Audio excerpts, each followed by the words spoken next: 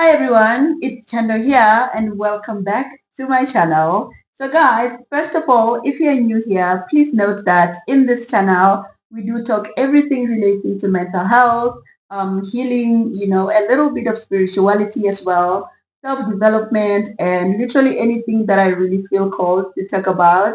So if you're interested in any of those kind of topics, please stick around, and I promise that you will not regret it. And you can obviously do that by pressing the subscribe button down below. And of course, don't forget to like and leave something yan, in the comment section down below. It's really going to help my channel grow. So let's get to the video.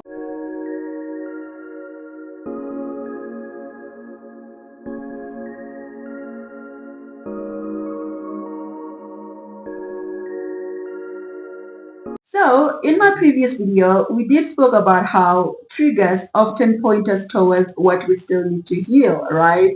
And in this video, we are taking it a step further, because triggers are not only connected to our past traumas, or things that we need to heal, right? Sometimes we do get triggered because those triggers are trying to tell us what we need to learn about ourselves in the present moment. And in today's video, I will be sharing with you guys like 3 ways in which triggers can show up in our lives and also what each one of those might actually be trying to tell us. And the very first one is that sometimes a trigger can show up in our lives, to remind us to reinforce a boundary around a certain area of our life. If you get angry, when someone reads your message or read your diary without your permission, that anger or that feeling that you get is a messenger. It's not just there for vibes.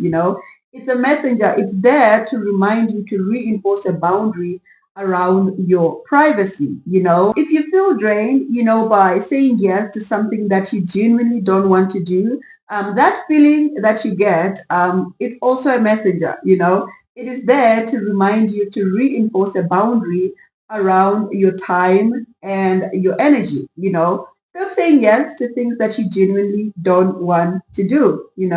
And the second one in this video is that sometimes a trigger can show up, where life is inviting us to stretch and grow. Growth is uncomfortable. If you're that kind of person who feels a little uncomfortable, receiving compliments from other people, I used to be that kind of person. That uncomfortability that you feel is there to teach you, to learn to accept kindness. And the last one or the third one in this video is that sometimes a trigger is simply just a mirror, inviting us to pause and notice what's happening deep within ourselves. For example, if you feel judged by someone else's comment, right?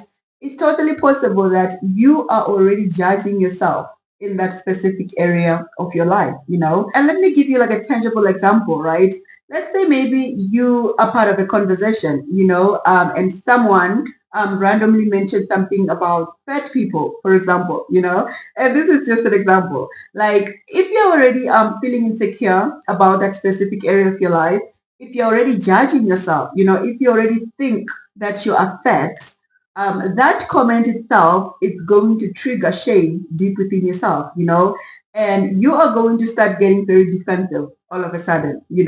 So get very curious about your triggers, or just any feeling really that you get in your body, because all the feelings that we get in our bodies, they are not our enemies, good or bad. They're literally just messengers. They are there to tell us something or to teach us something about ourselves.